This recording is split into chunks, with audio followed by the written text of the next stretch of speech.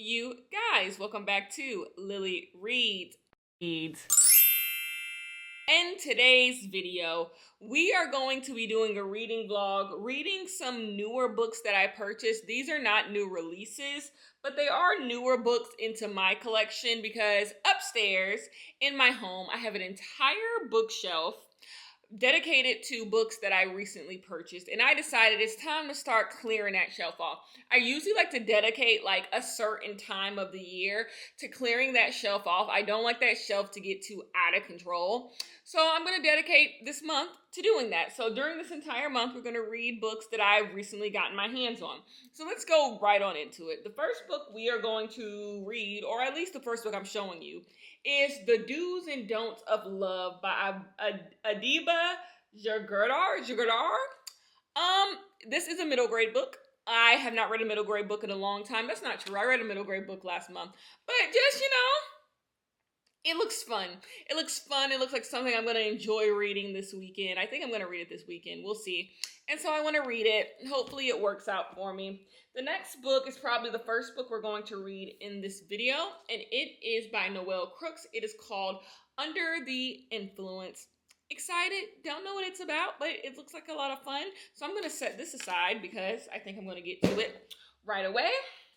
The next book we are going to be reading in this video is Did You Hear About Kitty Carr? It is by Crystal Smith Paul. I do have this book on audio from Libby, so I'll probably be doing like a 1-2 punch with that. I'll probably be listening to someone audio in the morning, then picking up the physical. But yeah, I'm excited about this. So I'll probably read both of these books at the exact same time and like just go back and forth. And yeah, I probably won't discuss it like that in the video for continuity reasons, but I'll probably be reading these books at the same time.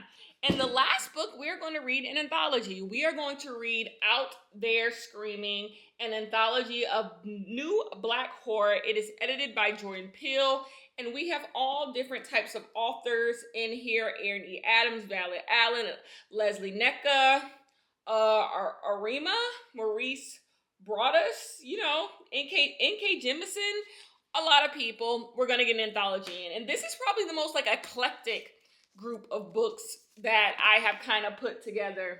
All something for everyone. But the first book we are going to start with, I'm probably going to get started on it within the next hour, is Under the Influence. Okay, so we're going to start here and I will give you guys my thoughts. And I will start picking up Kitty Carr on audio. But we'll talk about that in those clips. But Under the Influence is going to be first, okay? Yeah, peace.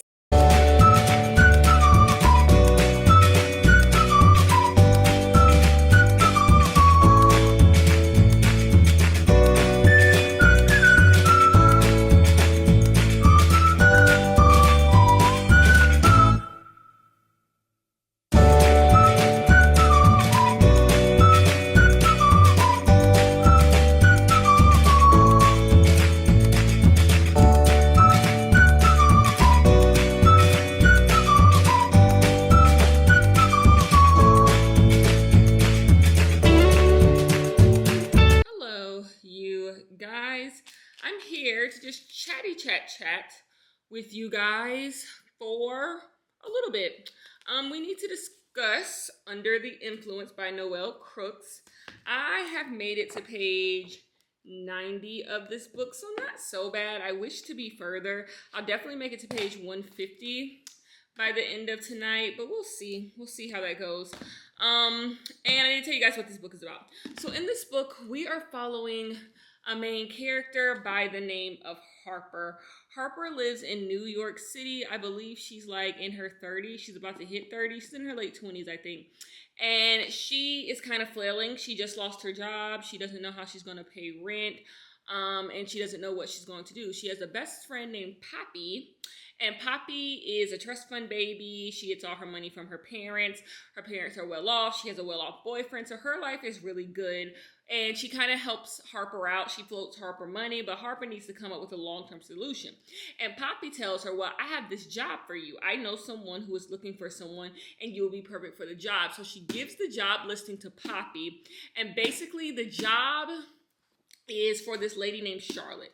This lady named Charlotte is an influencer, like a self-help influencer, and she needs someone to help her do some stuff for social media, do some writing for social media, and basically she'll get paid $150,000 to do this, room and board, like things are pretty solid. And so Harper immediately goes, this is kind of too good to be true, and she also has to relocate to Nashville for a little bit. So she's just like, I don't know if I want to do this. But then she goes to visit her parents, and her parents own an inn, and she sees that her parents are really struggling, and her parents basically tell her they can't support her financially anymore, like in any ways, like we can't loan you no money, because they already had to lay off a bunch of staff before, and they're doing a lot of stuff, and they're getting old, and she kind of feels bad. So that's like her final straw. She's going to take the job. So she packs up all her stuff and she moves to Nashville. Where I'm at in the book, things are quickly not as they seem. Like, Charlotte does have this influencer business, and there's people working there, but everything seems to be a little too ambiguous. The line between professional and personal seem to be too blurred. These people come into work whenever they want, but that doesn't mean they come in at 11 o'clock. No, it means they come in at 6 a.m. and they stay until 9 o'clock. Like, there's no sleep. There's no real guidelines. You have to do like everything for this Charlotte lady. You got to watch a kid sometimes. Like, there's just no, and Charlotte seems to give you perks if you do more for her. So things are really weird at this job. She also has this weird family. We meet her husband named Ryan, I believe, and Ryan's weird. Ryan seems to be supportive of Charlotte and what she's doing, but he's also not. There's a weird dynamic between Charlotte and her husband, and like, who's right in this dynamic, who's wrong. Something's off. That's basically what has been happening. Something in this book is off. Everybody is a little bit off. So far, this book is fine. The reason why I picked up this book is because Monty gave a review on this book. Monty did not like this book. Monty gave it a pretty like lackluster review, like a mid review of this book. But it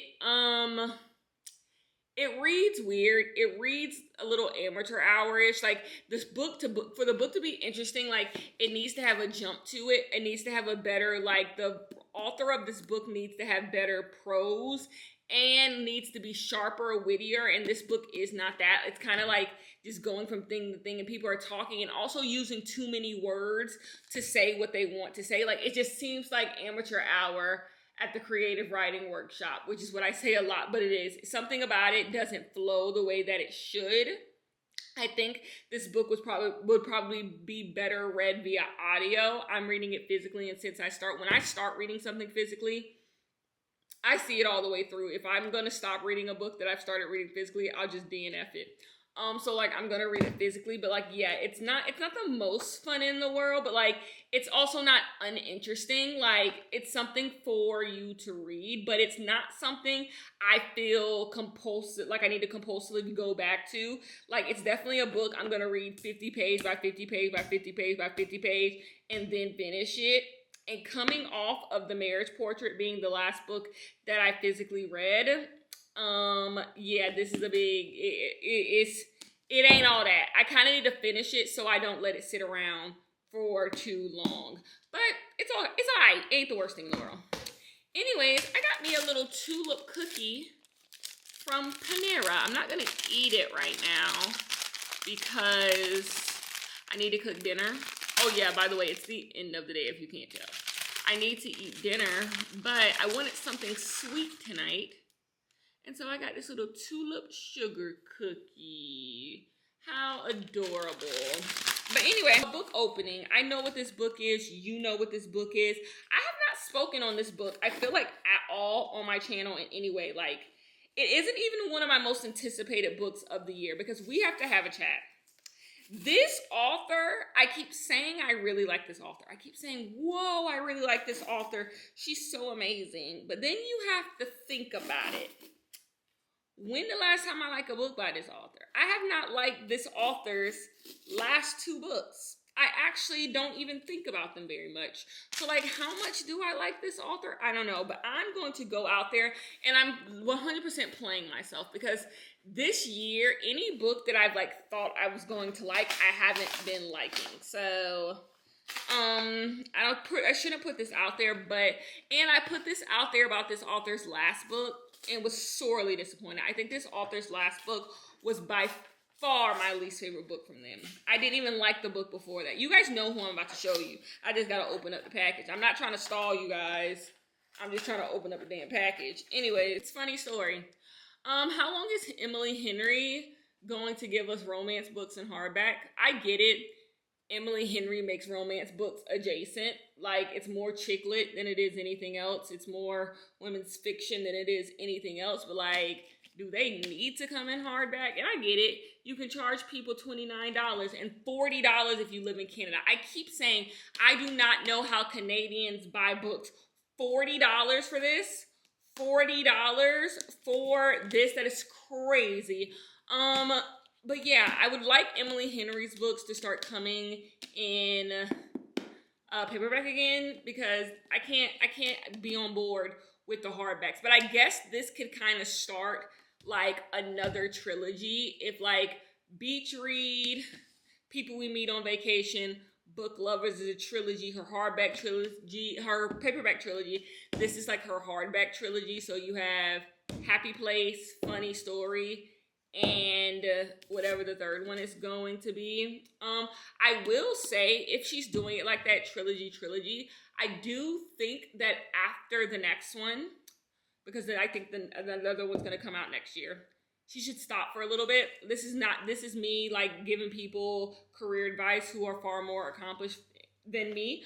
But I think she should take a break. I think Emily Henry should reroute a little bit. Like, we've gotten 6 romance books almost back to back to back. I think back to back to back. Definitely, if she puts on one next year, this book, Happy Place, Book Lovers, People We Meet on Vacation, Beach Read. Yeah, she's put out 6 books in 6 years. I think she should take a break. And reroute.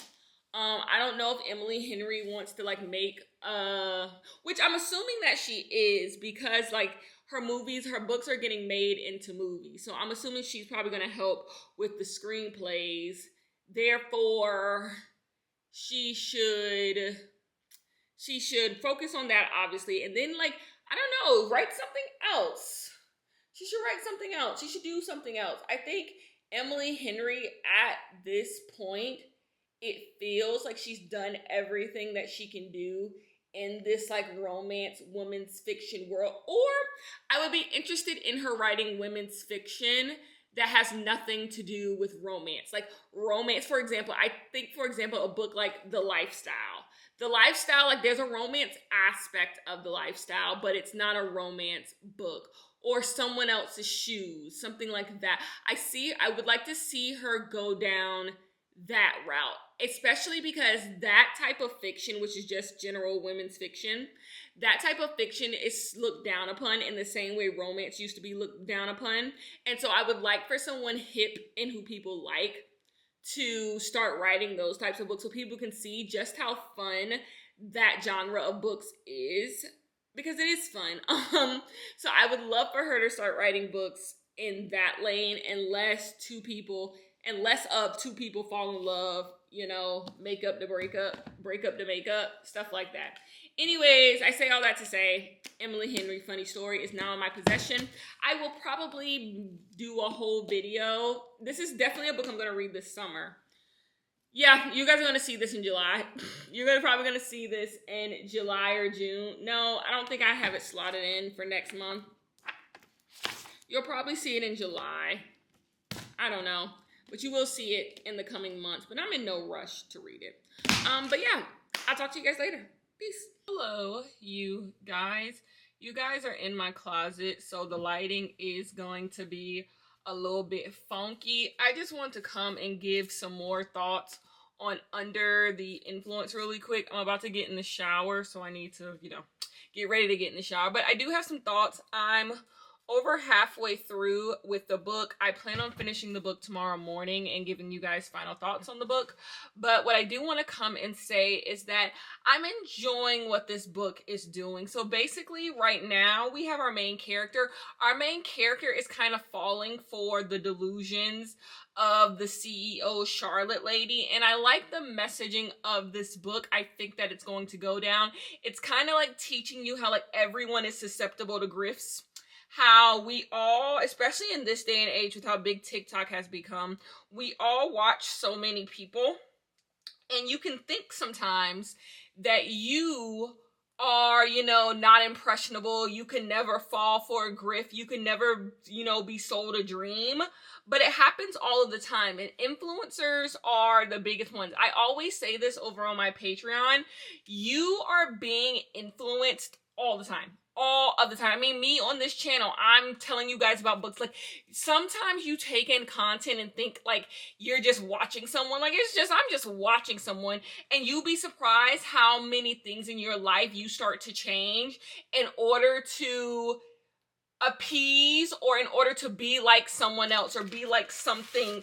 And a lot of people are making money off of that. A lot of people are making money off of your insecurities or how impressionable you are. And so this book is kind of just talking about that, and I like the direction it's going down, because at first our main character kind of seemed like she was too good to fall for it. She kind of saw the bullshit, but I like how this book is showing how you slowly start to fall for it because you're just looking for something.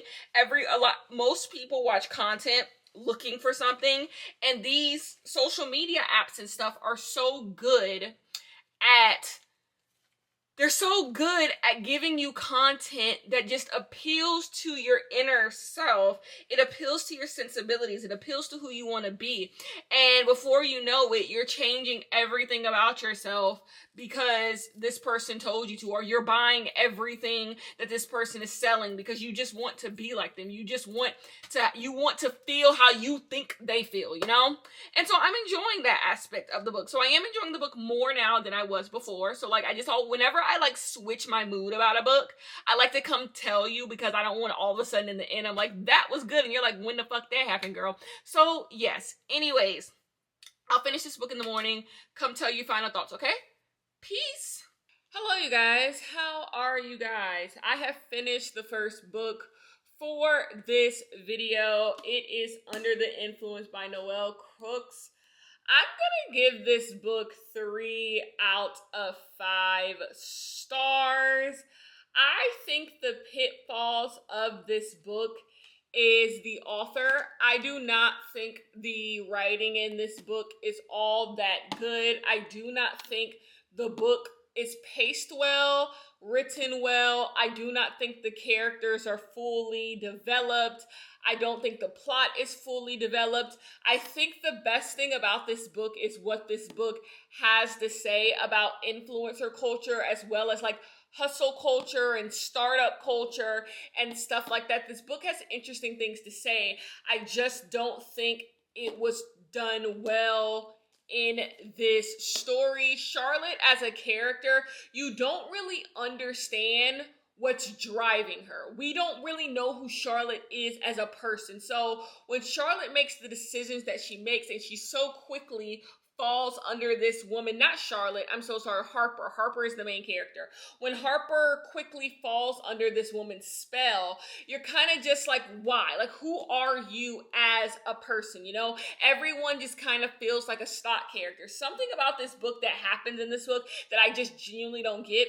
There's a love interest in this book named Aaron, and Aaron as a character is so fucking confusing because, like, he seems like he's the only person at the job who isn't under the spell of this woman, but then he just quickly becomes under the spell, and it's not really explained why he feels so indebted to this lady.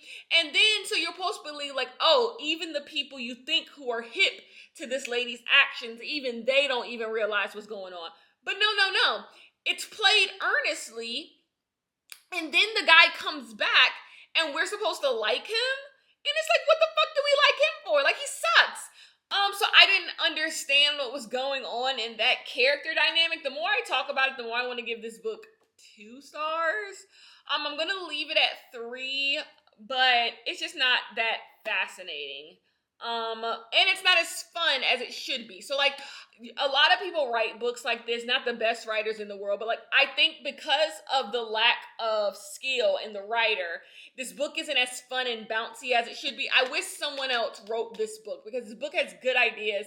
I just don't think it's done all that well. But we will move on to the next book, which is Kitty Carr. And yeah, I'll talk about that book when we get to it. Peace.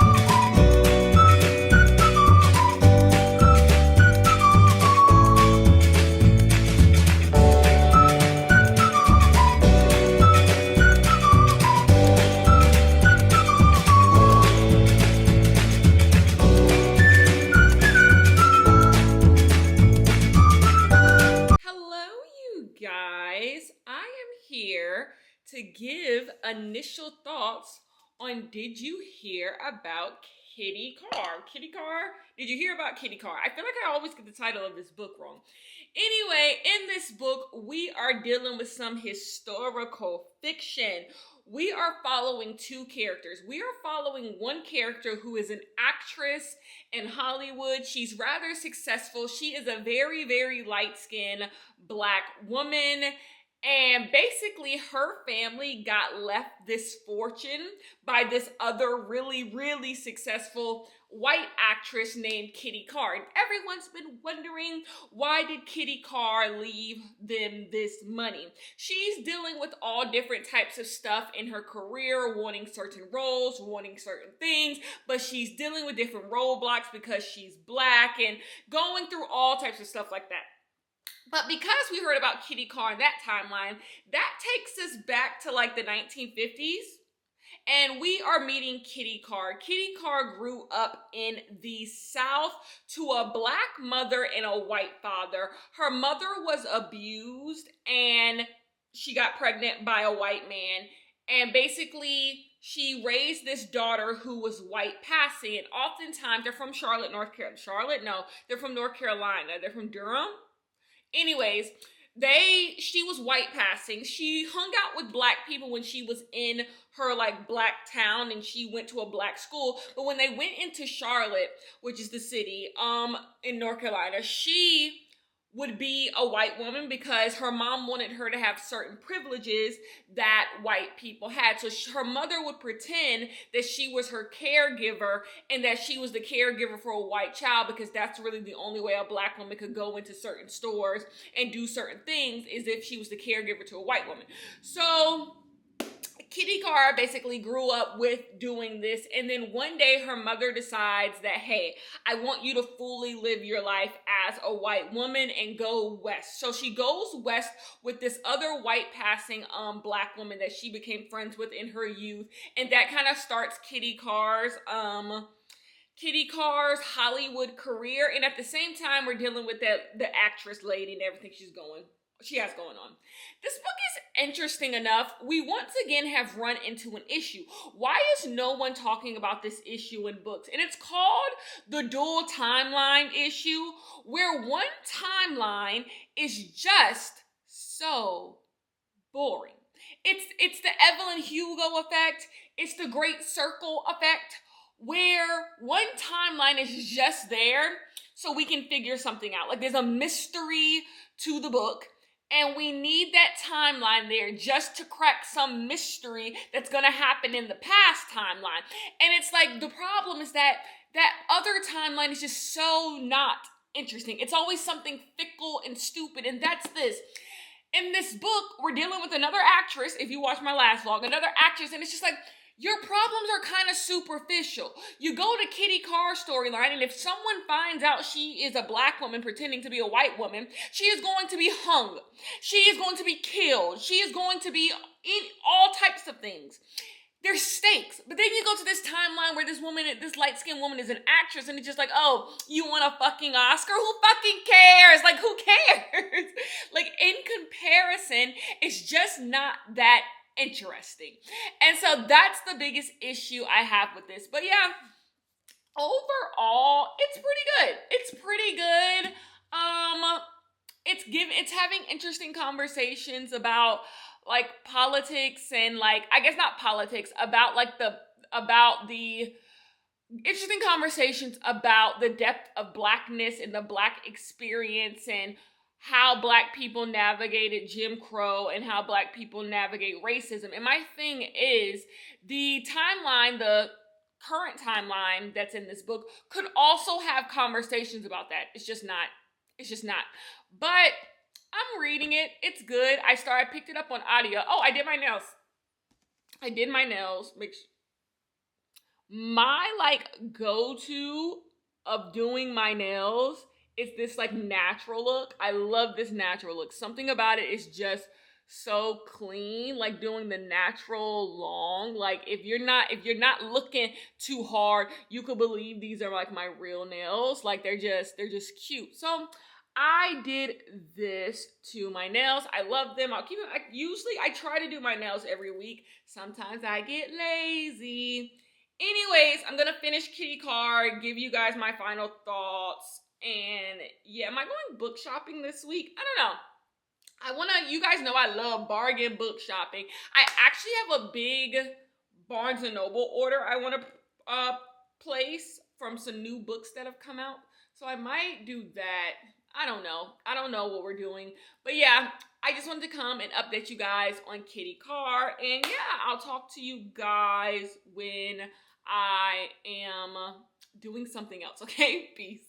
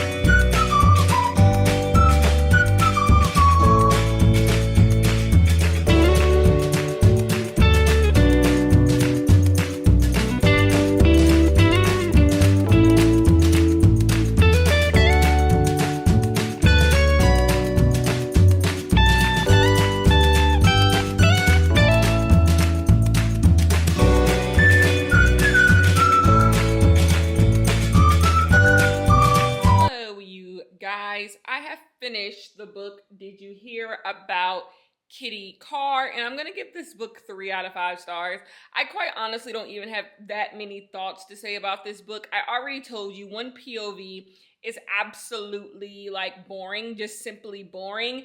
And then the Kitty Carr POV is interesting enough. It's an interesting enough story, but I often found this book talking about ideas and people's feelings, and then there wasn't anything actually going on in the book. Like, this book is about a lot of thoughts and how people will think and how people will feel, but like there's not a lot of action in this book. Because this book is kind of like women's fiction-y, but not in like a literary women's fiction-y way. A lot of this book is just not that deep. Another thing about this book, which is kind of stupid for me to say because it's not that serious, this book also doesn't operate in like a reality that I think we live in. I do not think that many people would care that Kitty Carr was biracial. I just simply do not. And also, I find it hard to believe that more people wouldn't actually assume that she was biracial. Like, there aren't people with conspiracy theories. In a world where there are people who believe Babe Ruth was biracial and Babe Ruth was passing, I find it hard to believe that this person who's actually passing, who actually has a white mother, no one had any idea that this person was Black, because like the thing about white passing is that it operates under the guise of white stupidity. It operates, and this book points that out. Like, white people don't want to see you as Black, so they don't look at you hard enough to even think that you're Black. But in a world with like photography, the internet, people can constantly look at pictures of you, old pictures of you, new pictures of you. And I just find it hard to believe that people wouldn't look at Kitty Carr and be like, she might be biracial. She might be biracial. And then they would go even further and they would see that there's no real stuff about her parents. She grew up in the South. Basically, she started a new life when she went west. There's not much said about her. She doesn't have any children that they know of. And like, I feel like people would start to come up with the idea that she's a white passing person. Like, there would just be conspiracy theories.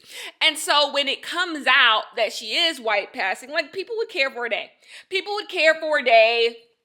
There'd be Twitter conversations, and then people would move the hell on. Like, I just do not think it would be all that deep and people would care all that much, because at the end of the day, all she is an actress.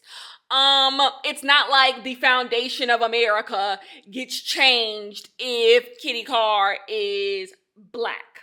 I would say even more, the foundation of America is rocked a little bit if Babe Ruth is Black or biracial, because he's so American, like baseball, American pastime, Babe Ruth, that would change more of the American psyche than some actress who, yes, won the first Oscar by, like, she would be the first Black Oscar winner. So what? Halle Berry would have to give up hers. Like, okay, Halle Berry, you lose one title. I just don't think people would care that much. I'm sorry. So like, this entire book is wrapped around this storyline where her family is grappling with the fact, like, ooh, people are going to find out she was white passing. They're going to be so hurt. And so this is just like, she's dead. Who gives a shit? Like, I just don't think people would care that much. So I just found the current present storyline in that book to kind of be silly, because I'm just like, this is dumb. But the Kitty Carr storyline is interesting enough, especially like the stuff about maybe her getting found out. And I like the stuff about her having to make certain decisions, having to decide certain things. That was quite interesting. So I like the Kitty Carr part. I'd give it 4 stars. I give the other storyline 2 stars. So I said we meet in the middle and we dance all night, and I give it 2 stars. Hello, you guys. I have spent the morning reading the do's and don'ts of love. I have made it 200 pages through, so I'm actually about to finish the book. It is by Adiba Jagadar.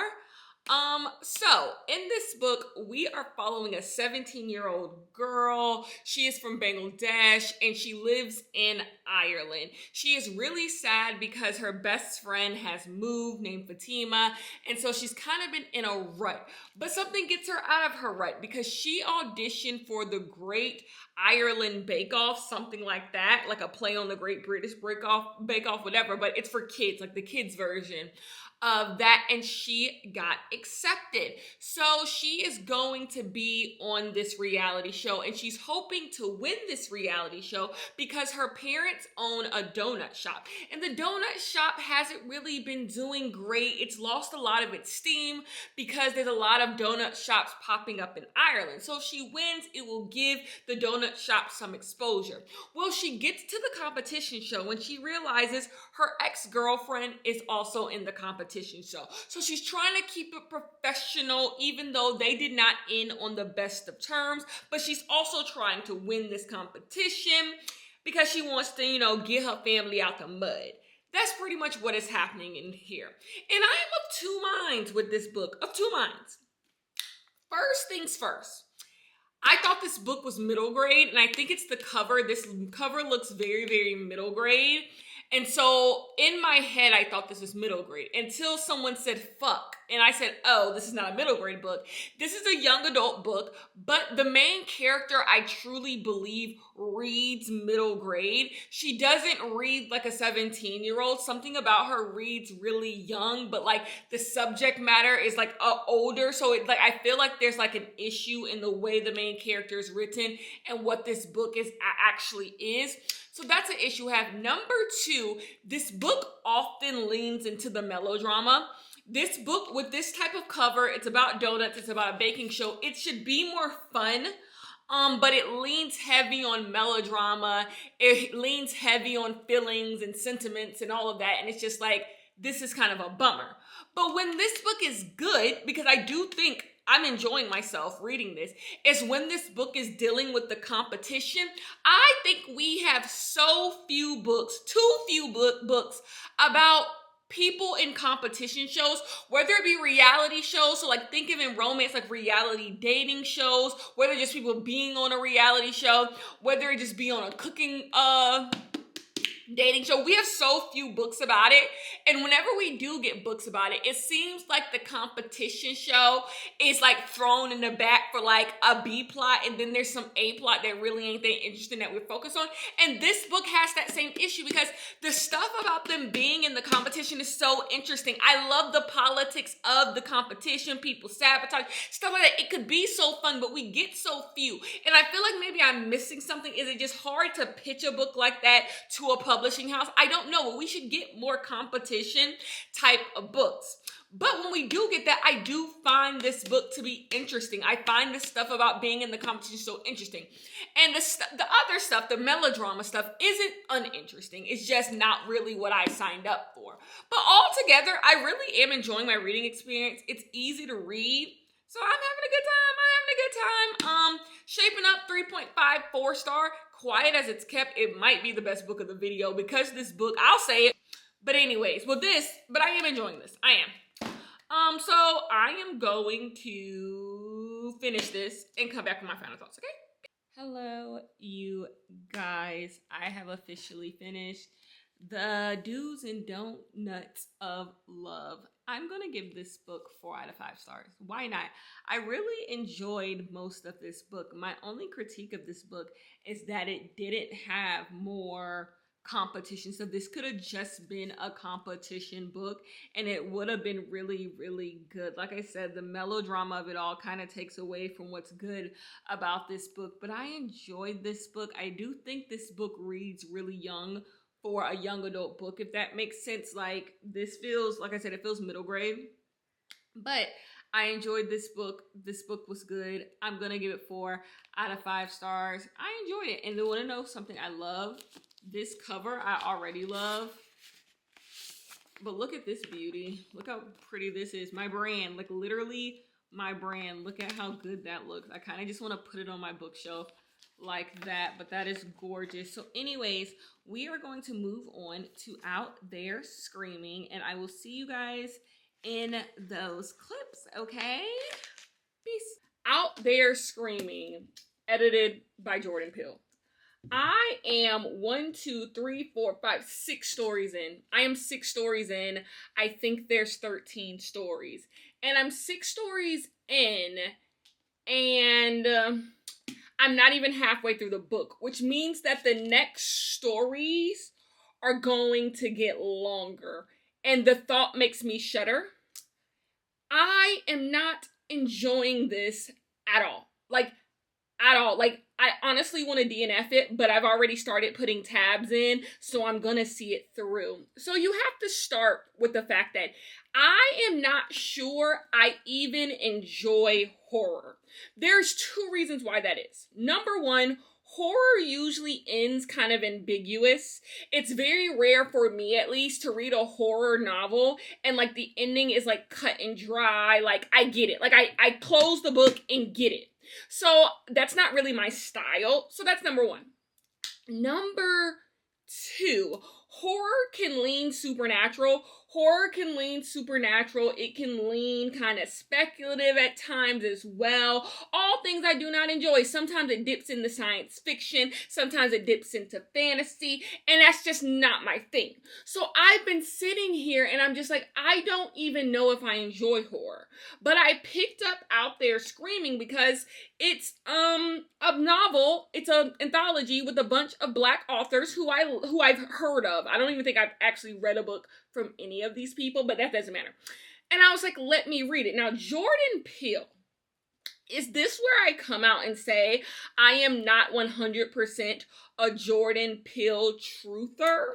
I did not find Get Out to be this brilliant body of work the way everybody else did. I also, I have a very sensitive relationship with like Black atrocities being put into a horror lens. Not like I have any moral issue with it, because I don't think I do. I just don't think I enjoy it, because I think I would just rather hear the same story not in a horror sense. You get what I'm saying? So like, I already don't love Get Out, right? It wasn't this, cultural reset for my life the way that it was for other people's life, and that's fine.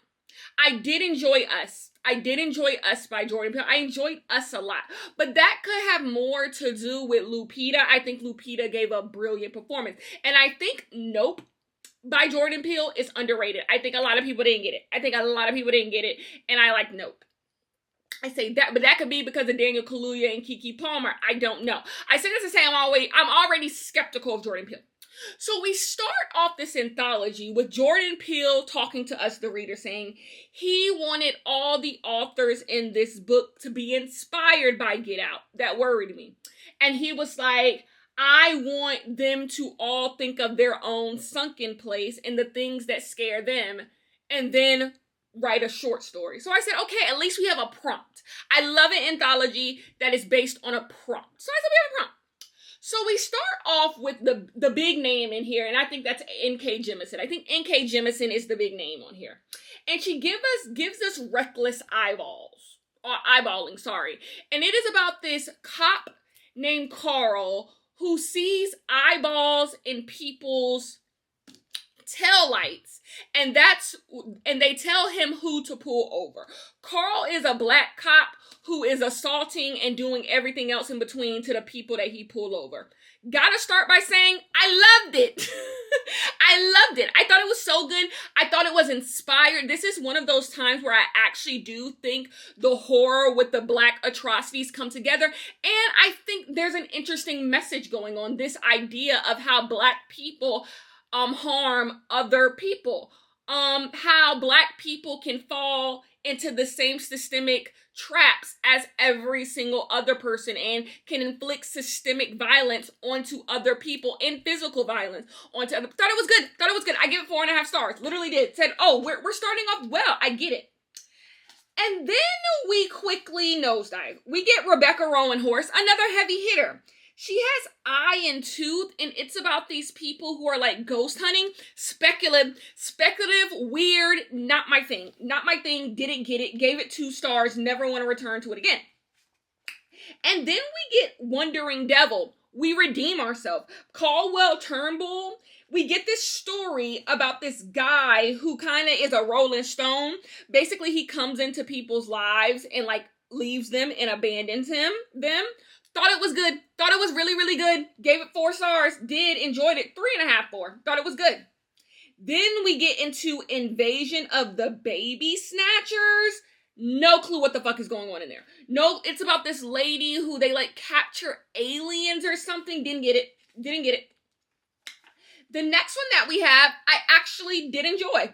Wait, now that I'm doing this, I enjoyed 3 of these.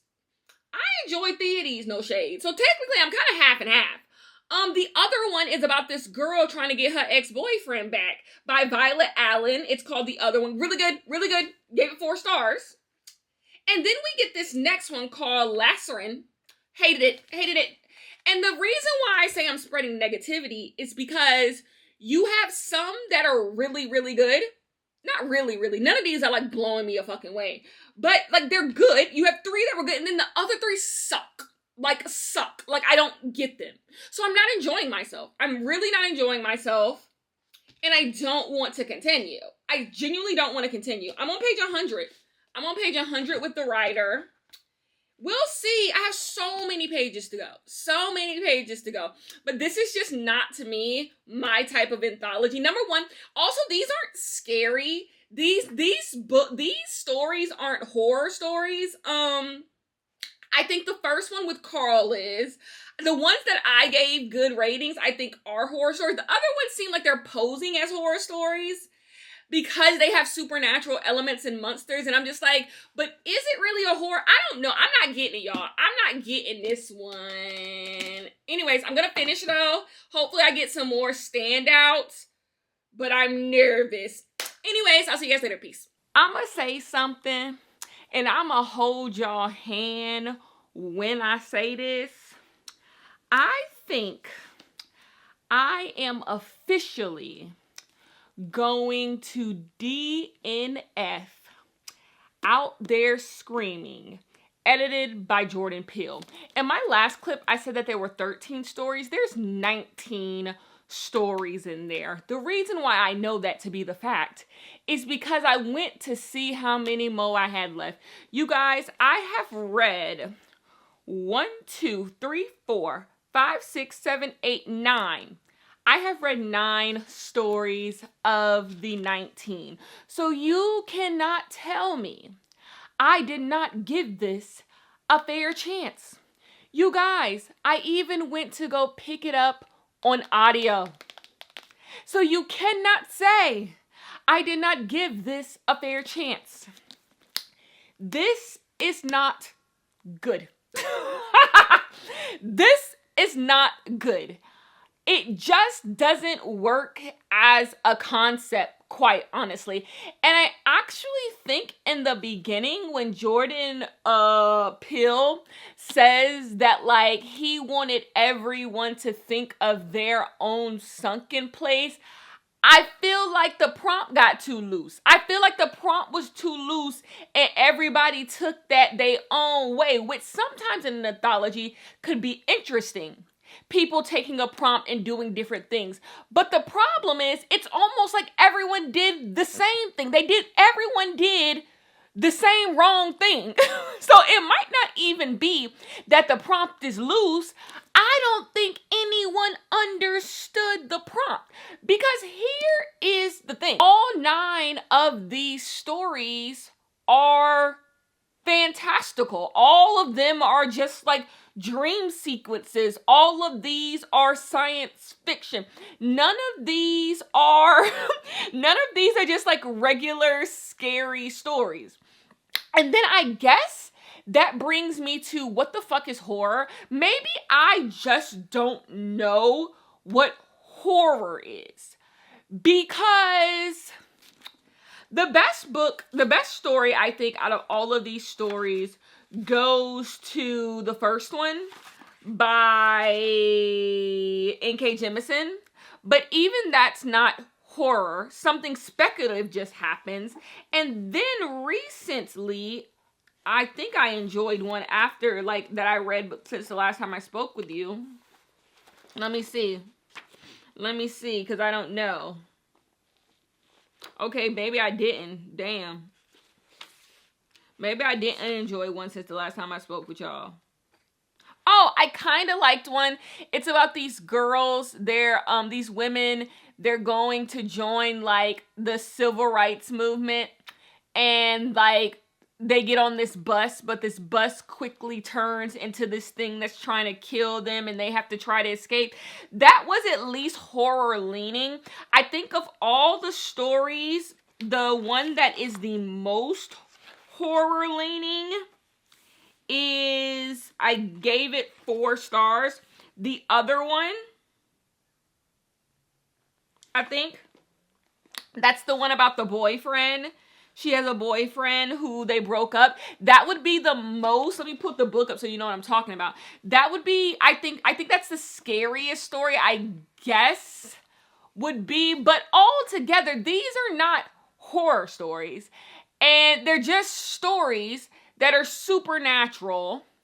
And then I already told you guys, I am so miss more than hit on like using Black trauma for like horror. I just find it to be corny. I'm gonna be so honest with you. I just find it to be corny. Sometimes I don't find it well done. And I always say, when dealing with Black trauma, when dealing with things that have happened with Black people, I want you to tell the truth. It's what James Baldwin said. Like, when you write, your job is to tell the truth. It's not to sugarcoat things. It's not to say things that will make other people feel better. It's not to pacify people. It's not about sentiments. It's to be honest. It's to tell the truth. However you want to tell that truth, whether it be through horror, whether it be through fantasy, whether it be through sci-fi, contemporary, doesn't matter. You have to tell the truth. You have to speak on a universal truth. Some of these stories are silly. Some of these stories are silly. Like, I just think, like I said, when a lot of people do the like, oh, racism is the horror for Black people. Like, I can see you guys know I am a champion of telling the stories of like Black trauma. I think they're important. I think they matter. I really, really do. So you can't sit here and say, Ken, you just don't like Black trauma stories. Because that's not true, right? But sometimes I think you take something that's so minute and silly and try to blow it up because you're trying to stick a square into a circle. And it's just like, this ain't you trying too hard. You trying too hard to have your get out moment. And it's not given that. And that's what there's this story in here about this guy who's a part of a white family because he's biracial.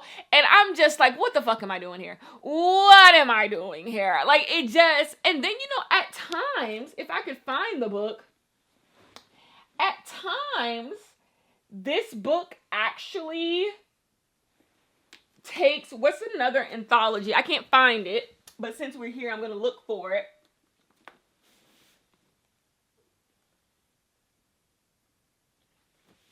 Is it up there?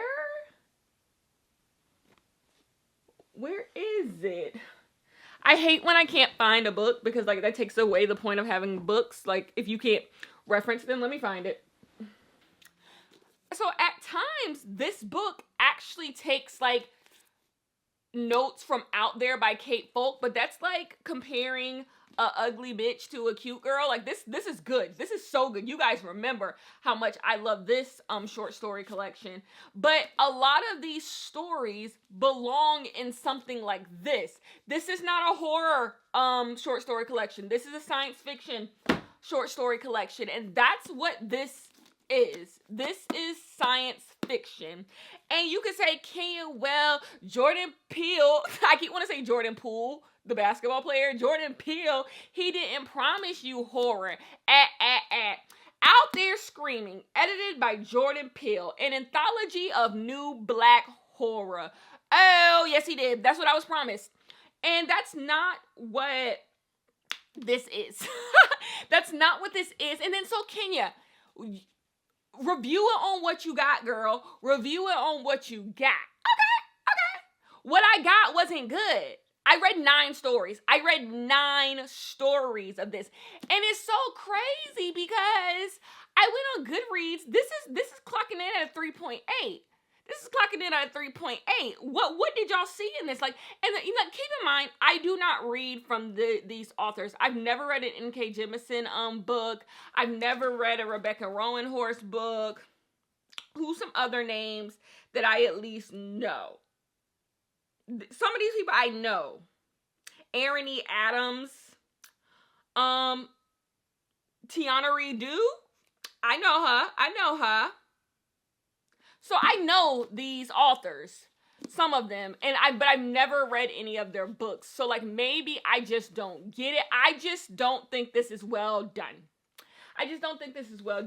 And so on that note, I like this cover a lot. I wish I could have finished it, but like this is what DNFs are for. Like I was miserable, and I was just trying to get through it because for what?